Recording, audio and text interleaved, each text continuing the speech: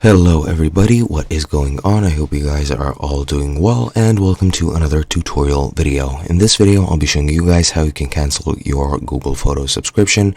So let's get right into it. Google Photos is Google's own cloud storage service used only and exclusively for photos and videos.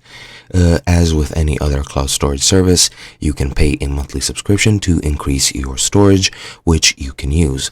Let me just show you how that's done. You do that by going to Unlock Storage Discount, and once you're here, you'll be given 3 options for monthly and 3 options for annual payments to subscribe to get more data. The most basic package is 100% or 100 gigabytes, pardon me, and the maximum is 2 terabytes. But yeah, let's say you are already subscribed to one of them and you no longer wish to be subscribed. The way you do this is the following. I'll be using this Google article since I am not subscribed myself. To cancel your subscription, what you want to do is go into www.google.com/settings/storage. Once you're there, sign into the Google account where you purchased this subscription. Once you're there, under your plan, click cancel. If you're on the free plan for 15 gigabytes, you cannot do this. However, if you're subscribed, you have this option.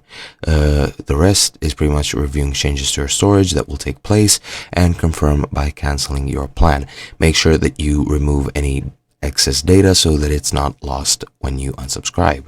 But yeah, you'll receive a confirmation email and on the start of the next month of your plan, you'll be downgraded to the standard 15 gigabytes, and that is pretty much it. I hope you guys enjoyed. I'll be seeing you next time.